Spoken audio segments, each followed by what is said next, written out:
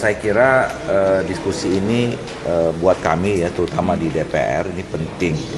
Bagaimana sekarang masyarakat, terutama kampus, itu sudah mulai mendiskusikan tentang evaluasi terhadap sistem politik, sistem demokrasi, dan khususnya pemilu kita. Itu makanya kenapa saya hari ini berupaya untuk hadir secara fisik. Ya selain menyampaikan catatan-catatan penting, tapi juga buat kami ini adalah penyerapan aspirasi, ya. Jadi inilah bagian dari meaningful participation itu. Jadi kami datang langsung mendengarkan apa pandangan-pandangan dari masyarakat, terutama kampus. Nah tadi kan saya juga banyak ya mendapatkan masukan dari narasumber ya. Ada CS-CS yang mengambil inisiatif diskusi ini, mereka melakukan riset, kemudian tadi dipaparkan sama kita, kemudian ditanggapi oleh Prof. Ramlan, ada juga Prof. Dwi. Itu buat kami DPR sesuatu yang berguna gitu untuk masukan membuat nanti undang-undang ini semakin sempurna lah, kira-kira begitu. Anggota Komisi 2 DPR RI itu juga menyatakan sepakat dengan pandangan MK bahwa pemisahan pemilu presiden dan wakil presiden, legislatif, hingga pemilihan kepala daerah dapat meningkatkan efektivitas. Namun, Doli menekankan implementasinya membutuhkan kajian matang. Itu pesan dari putusan Mahkamah Konstitusi yang berkaitan dengan soal penghapusan ambang batas presiden. Jadi kita diminta untuk melakukan rekayasa konstitusi.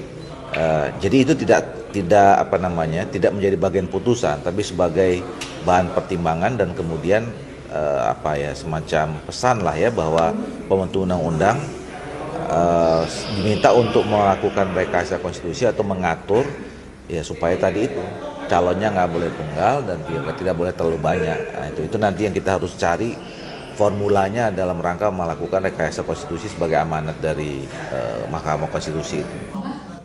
Ya, kan saya menyampaikan ada 10 isu ya, 10 isu yang berkaitan dengan revisi Undang-Undang Pemilu termasuk Undang-Undang Pilkada yang berdasarkan kembali berdasarkan putusan Mahkamah Konstitusi, rezim Pilkada itu kan sudah sama dengan rezim pemilu.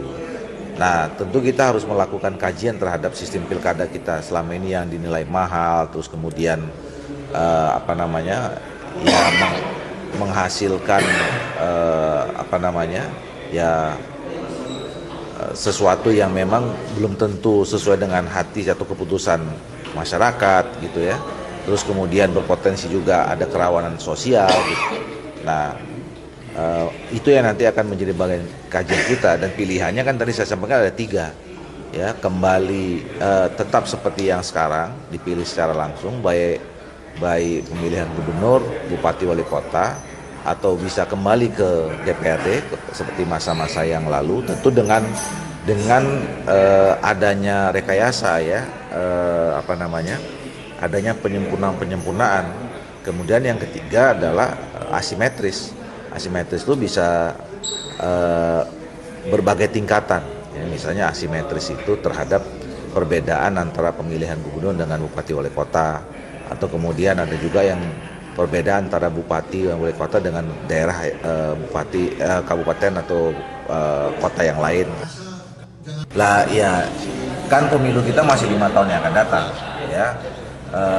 Kita tidak tahu, kita berharap sih 5 tahun 2029 itu atau menjelang 2029 ya situasi ekonomi kita semakin baik, tentunya kita harapkan begitu ya, tidak ada defisit, bahkan kemudian mungkin kita bisa surplus, sehingga juga kita punya keleluasan melaksanakan pemilu. Dan perlu dicatat sebetulnya yang masalah itu bukan soal anggaran pelaksanaan pemilunya ya, atau pelaksanaan pilkadanya. Memang kalau kita hitung mahal memang penyelenggaraan pemilu, tapi kan memang itu adalah konsekuensi dari pilihan kita untuk memilih sistem politik kita, sistem demokrasi, yang juga salah satu indikatornya adalah pemilu. Pemilu itu ya memang mahal, tapi yang jadi problem adalah ternyata ada kemahalan-kemahalan lain di luar dari biaya penyelenggaraan pemilu itu sendiri ya. Tadi itu misalnya praktek-praktek moral hazard pemilu ya, politik transaksional, money politics, kemudian vote buying. Nah, dan itu bukan hanya sekedar mahal secara fisik kita rasakan, tapi itu juga bisa mempengaruhi perubahan karakter bangsa kita yang kalau kita biarkan terus menjadi bangsa yang pragmatis, dan saya kira itu akan menghambat pembangunan kita.